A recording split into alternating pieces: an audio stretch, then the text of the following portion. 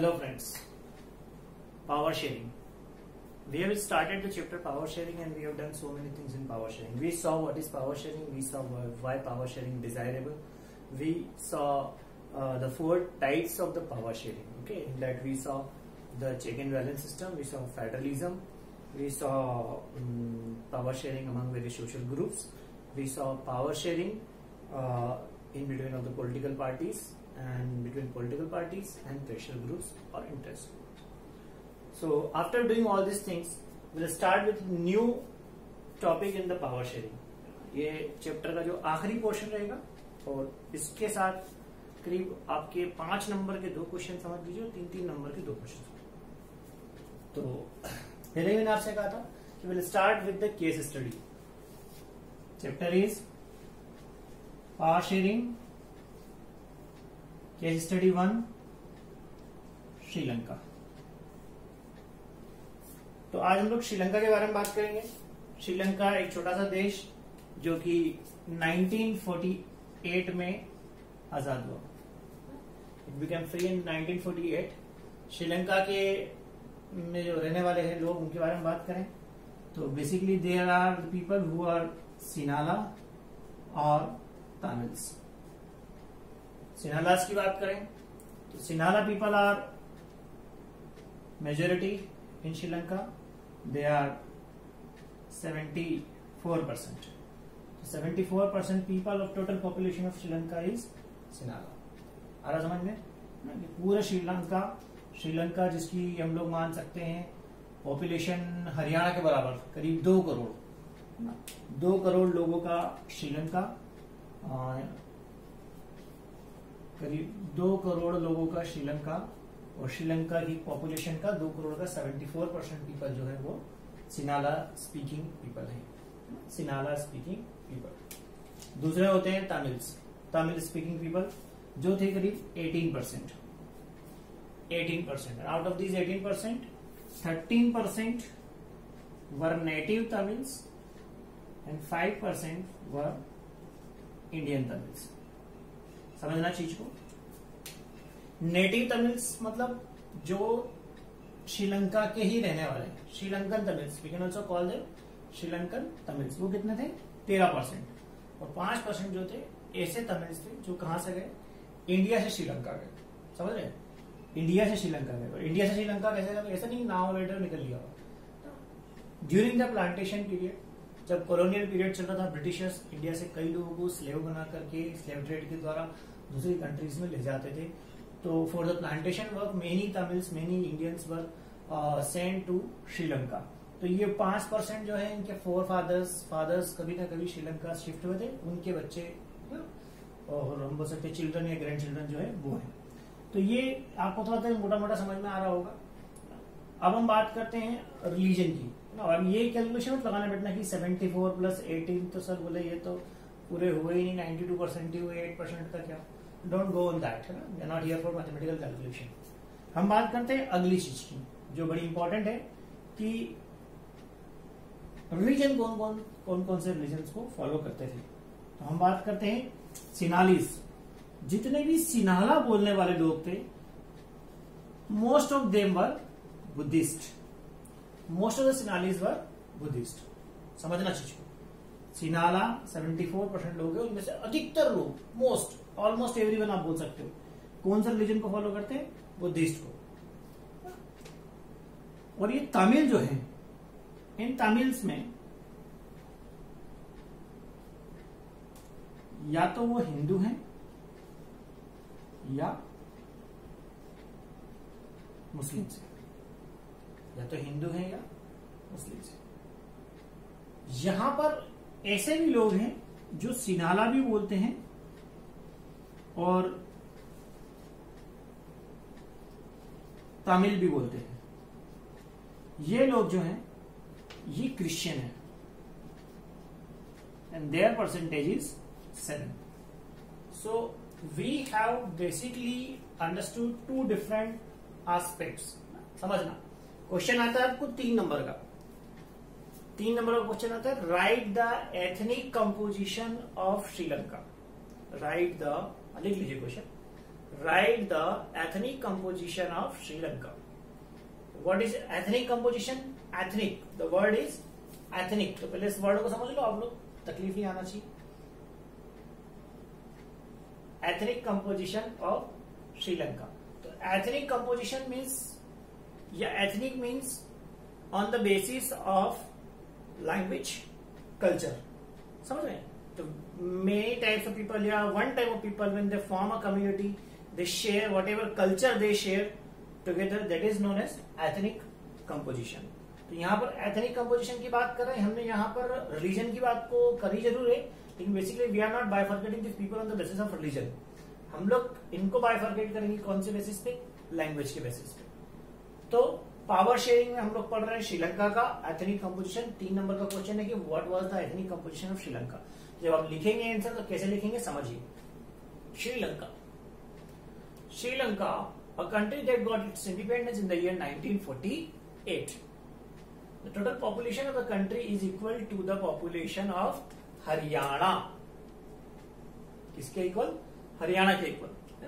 That is 2 crore. 2 crore लोगों की population. In Sri Lanka, the majority is made up of Sinhalese people. They speak Sinhali and their percentage is 74.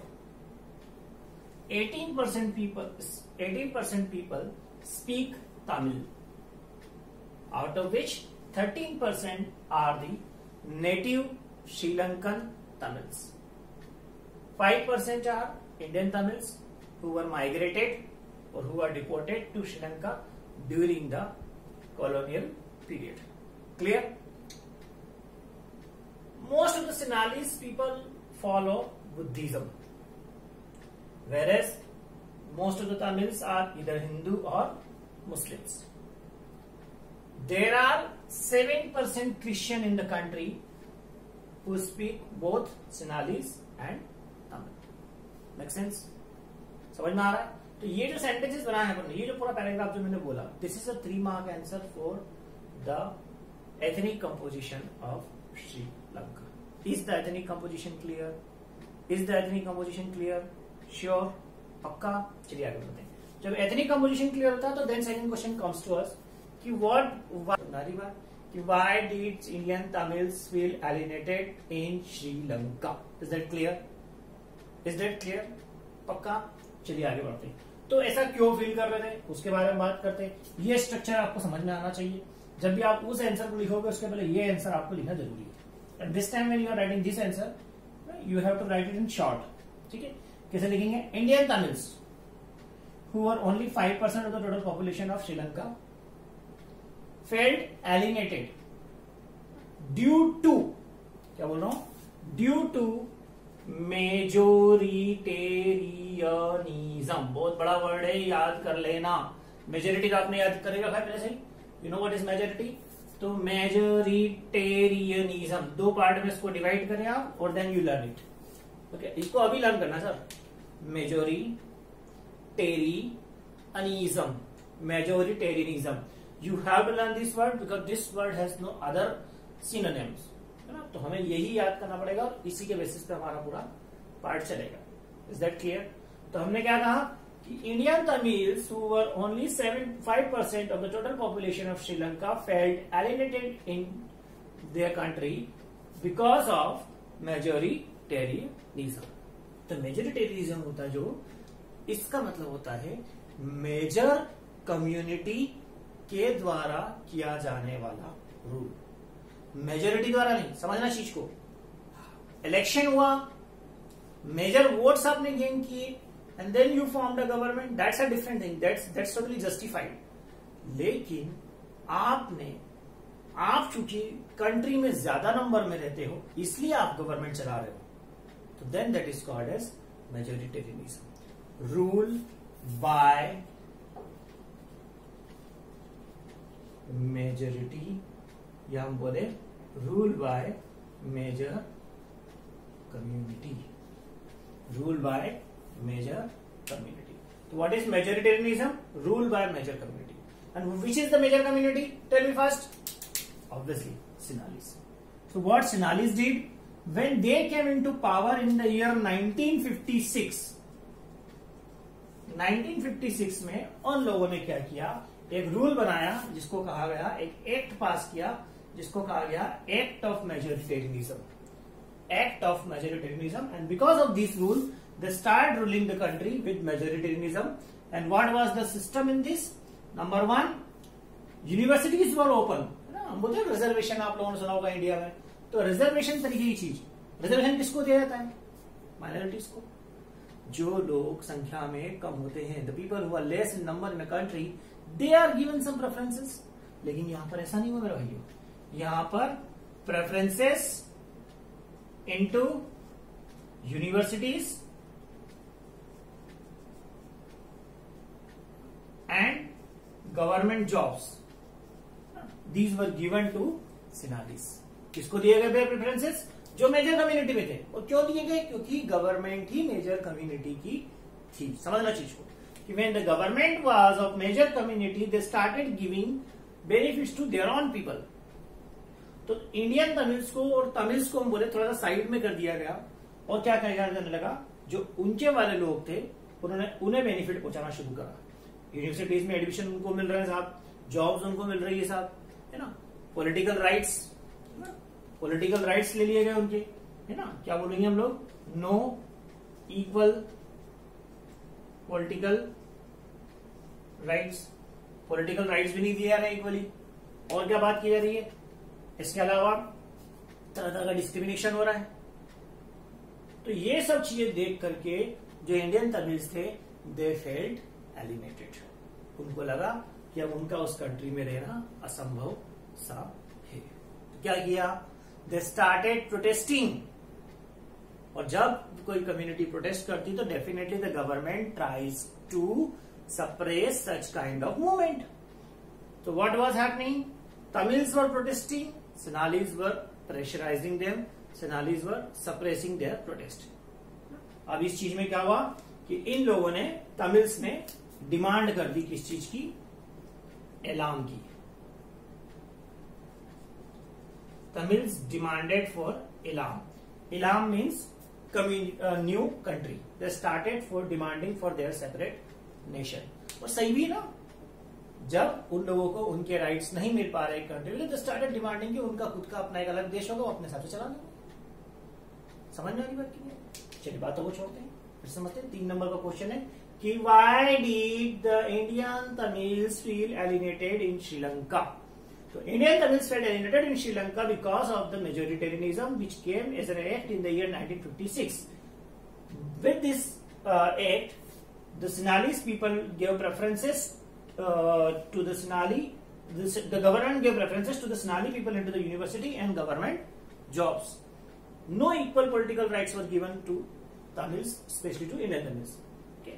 The Indian Tamils thought they no help from the Indian Tamils received no help from the government, and that is why they started demanding for Elam, which means new independent nation.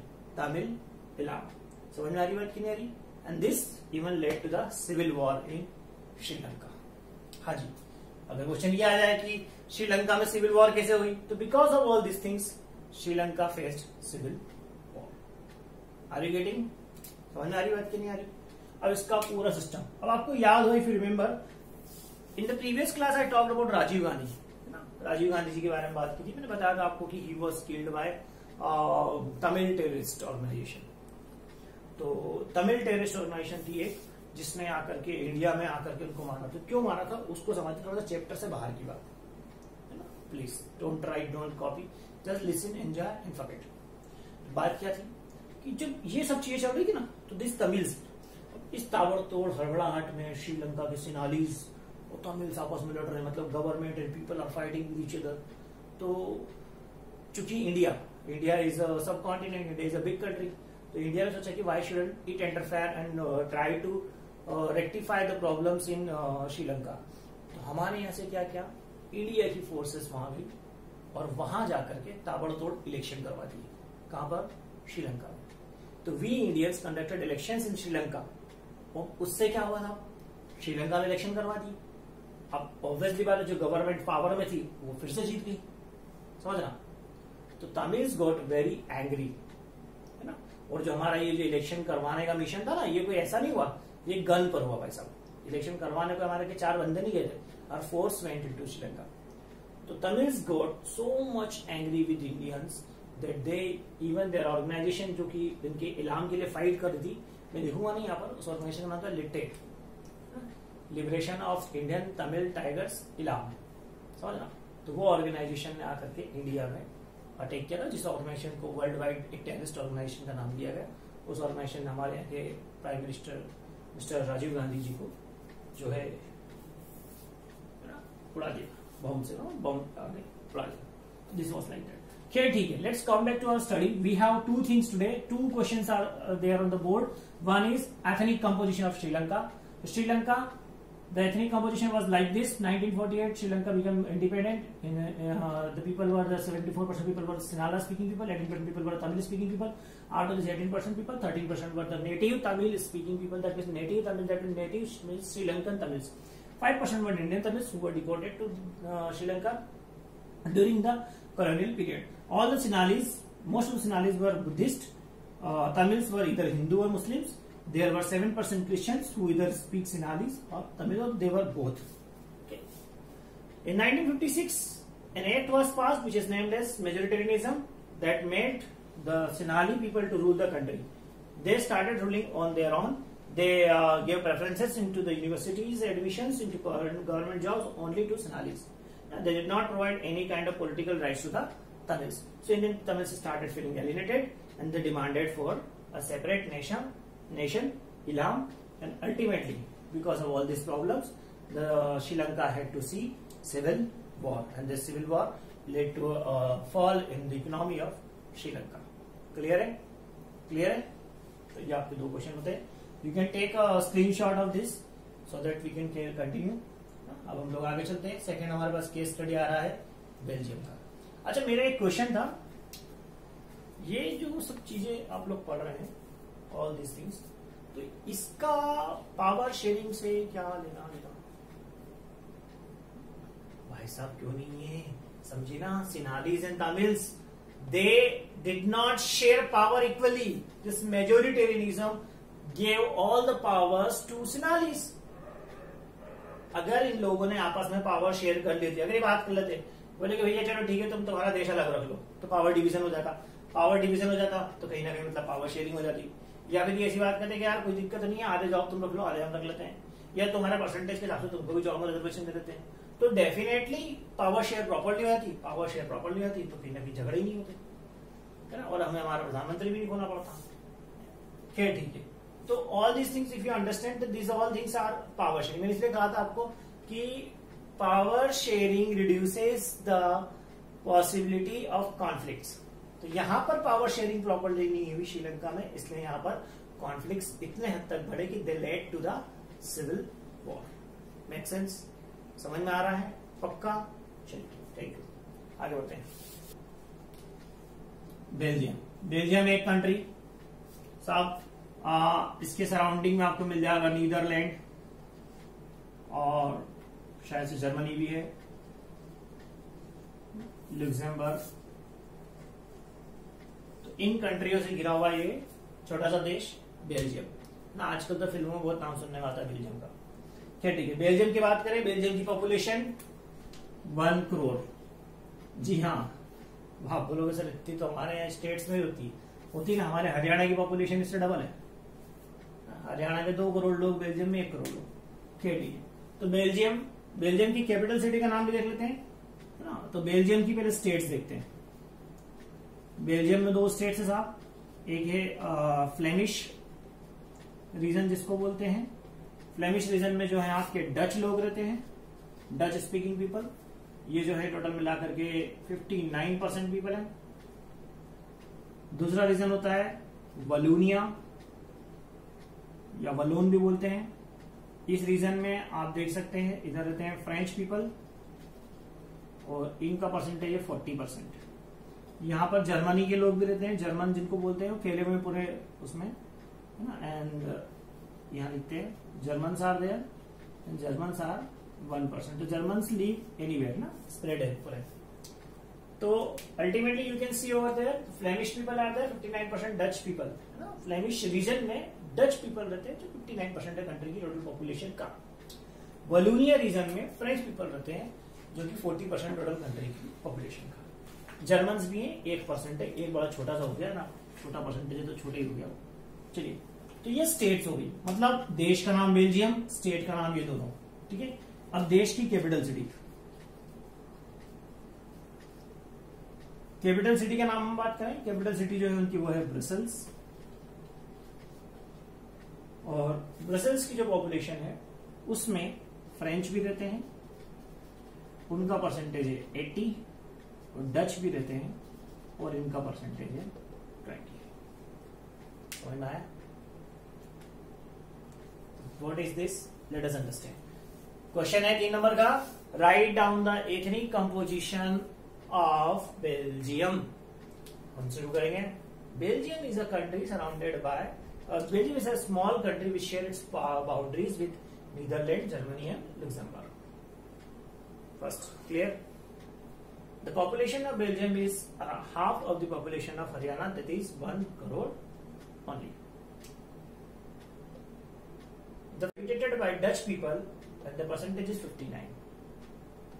40% French. 40% of the total population is French. They live in Wallonia. 1% are Germans scattered in the country. The capital city of Belgium is Brussels. There, the majority is of French, which is 80%, and Dutch, that is 20%. So you can directly see here a big contrast is there. You see this and this. So when we see the states, when we see the country, so at the country level, Dutch people are in majority, but in the capital city, French people are in majority. तो यहां पर हम बात कर रहे हैं जब 1950 and 60s, 1950 and 60s, तब तक तो सब ठीक था। फिर शुरू हुए इनके बीच में कुछ प्रॉब्लम्स होना। तो बिटवीन 1950 एंड 60 हम बात कर रहे हैं, they started having little problems. सब बोले भैया, ये बोले हम मेजोरिटी में, ये बोले हम मेजोरिटी में। सो इफ ट्राई टू सी, अगर हम लोग श्रीलंका वाला केस यहां अप्लाई कर दे तो क्या? यहां पर तो वहां तो 74 और 18% का लफड़ा था, और एक्चुअली में एलिमिनेटेड सिर्फ 5% ही थे। यहां पर तो 59% और 40%, बिग परसेंटेज इज देयर। अगर यहां वो प्रॉब्लम होगी तो मेरे ख्याल से या तो देश के टुकड़े होना निश्चित ही है, दो, मतलब बेल्जियम नाम की कंट्री नहीं होगी, दो देश बन जाए, फ्लेमिश और वलोनिया, और ब्रसेल अलग बोले हमको अलग देश बना दो, ये ब्रसेल के टुकड़े हो जाए, आधा इधर आधा इधर, व्हाटएवर। लेकिन ऐसा कुछ भी नहीं हुआ।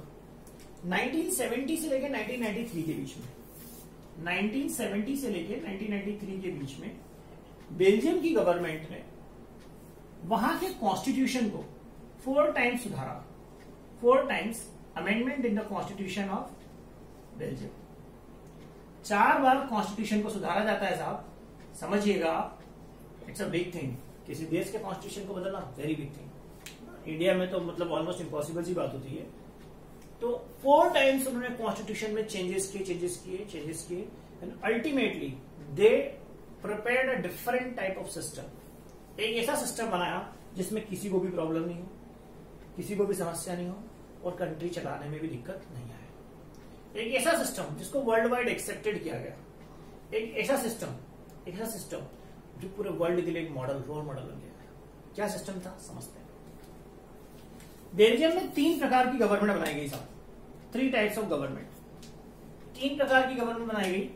पहली गवर्नमेंट थी जिसको हम बोलते हैं सेंट्रल गवर्नमेंट, जैसे हमारे यहाँ होती है ना यूनियन गवर्नमेंट, ठीक है, मोदी वाली, मतलब बड़ी गवर्नमेंट पूरे देश की। सेंट्रल गवर्नमेंट जो किसको चलाएगी, पूरी कंट्री को चलाएगी, ठीक है। इस सेंट्रल गवर्नमेंट में half of the ministers will come from Dutch and half of the ministers will come from French. ओहो, मतलब समझो चीज को, ये 59 और 40% वाले रेशियो को उन्होंने 50-50 कर दिया। बोले भैया कुछ भी हो, गवर्नमेंट चलेगी तभी जब गवर्नमेंट में 50% जो है डच बोलने वाले लोग होंगे और 50% जो है फ्रेंच बोलने वाले लोग होंगे। समझ रहा? फिर बनाना था स्टेट गवर्नमेंट। स्टेट गवर्नमेंट की बात करें,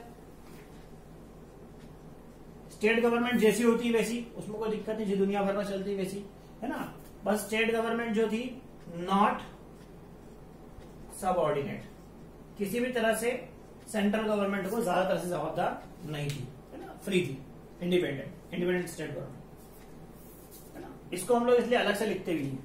फिर बनाई साहब इन्होंने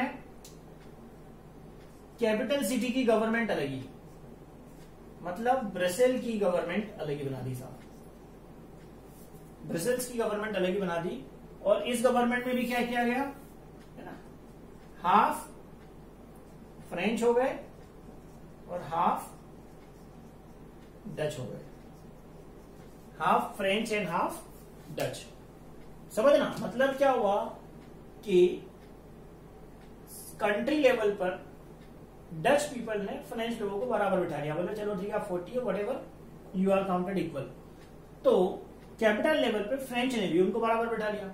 सिंपल सा लॉजिक है, मैं आपको थप्पड़ मारूंगा, आप मेरे को थप्पड़ मारोगे, मैं आपको गाली बकूंगा, आप मेरे को गाली बकोगे, मैं आपको लड्डू पेड़े बांटूंगा, आप मेरे को लड्डू पेड़े बांटोगे, गुलाब जामुन भी बांटोगे। तो ultimately what is happening, this things are happening कि जहां भैया जहां लड़ाई के चांसेस थे उन्होंने पूरी तरह से खत्म कर दिए, लड़ाई के चांसेस ही खत्म कर दिए उन्होंने, 50-50 कर दिया, आधे मिनिस्टर आपके, आधे मिनिस्टर हमारे, आधे मेंबर आपके, आधे मेंबर हमारे, जैसे लड़ाई की। अब कुछ के दिमाग में आ रहा बोले सर जर्मन का क्या, एक स्पेशल गवर्नमेंट बनाई गई साहब हमारे, है ना। बेसिकली अब स्टेट गवर्नमेंट को काउंट नहीं करते हम, ये इसको एक ही साथ रखते हैं, इसको सेकंड बोलते हैं, है ना, या आप इसको काउंट मत करो, इसको सेकंड चलने दो। और एक थर्ड टाइप की गवर्नमेंट बनाई गई जिस गवर्नमेंट को कहा गया कम्युनिटी गवर्नमेंट, जिस गवर्नमेंट को कहा गया कम्युनिटी गवर्नमेंट। इसमें क्या बात होती थी, एजुकेशनल, कल्चरल और लैंग्वेज रिलेटेड सारे इश्यूज सॉल्व होंगे। और इस गवर्नमेंट में जो होगी ये बेसिकली गवर्नमेंट होगी डच की होगी, फ्रेंच की होगी, जर्मन की होगी, है ना। ये लैंग्वेज के बेसिस पे गवर्नमेंट बनेगी और इसमें जो सिर्फ 3 चीजों से रिलेटेड फैसले ही लिए जाएंगे, डिसीजन ही लिए जाएंगे। Ultimately this system became the super system of the world. इतना जबरदस्त, इतना जबरदस्त, इतना जबरदस्त कि यूरोपियन यूनियन की जो ग्रुप जो है, यूरोपियन यूनियन जो है, जैसे हम लोगों का सार्क है वैसे एक यूरोपियन यूनियन ग्रुप है, उस ग्रुप का इन लोगों ने क्या किया, उस ग्रुप का हेडक्वार्टर इन्होंने बेल्जियम में सेटअप किया। The headquarter of European union was setup in Belgium. अब हम क्वेश्चन समझ लेते हैं, क्या क्वेश्चन आते हैं। First question, what is the ethnic composition of Belgium? So the ethnic composition of Belgium is like that Belgium was divided. In Belgium, the Belgium was surrounded by Netherlands, Germany, Luxembourg. The population of Belgium is 1 crore, which is half of the population of Haryana. Dutch people reside in Flemish region. They were 59% only. French people over 40% lived in Wallonia region. Germans were 1%. The capital city Brussels was shared by French, which is 80%, and Dutch, that is 20%. This was the ethnic composition. Now, how did Belgium avoid majoritarianism? Number 1. या फिर how did Belgium accommodate all the communities in their country? तो Belgium ने अपने कैसे accommodate किया? तो during 1917-1993 the Belgium government amended their constitution 4 times and set up a role model system for the world. The central government decided to have half ministers from the Dutch speaking region and half from the French speaking community. The state governments were not subordinate to the central government. For the capital city Brussels, they have a different government, pure separate government in which French and Dutch members were in equal number. They have one very special government which is named as community government, in which educational, cultural and language related issues were sorted out. This government was basically made for the various language like Dutch, French and German. So this is how Belgium is over. So ultimately the power sharing chapter is over. We have finished everything in power sharing. हम लोगों ने देखा power sharing क्या होती है, power sharing desirable क्यों होती है, पावर शेयरिंग के कितने टाइप्स होते हैं, हम लोगों ने देखा कि पावर शेयरिंग श्रीलंका में कैसे अकोमोडेट हुई, पावर शेयरिंग जो थी बेल्जियम में कैसे अकोमोडेट हुई, और अल्टीमेटली इसके कितने फायदे हुए, कितने नुकसान हुए, सब चीजें हम लोगों ने देखी। इसमें एक केस स्टडी आती है खलील्स डिलेमा, आप खुद पढ़ेंगे। मैं इसके साथ में आपको एक वर्कशीट दूंगा, तो you solve that worksheet. If any doubt arise you just ask me, I will be there to help you. Thank you very much.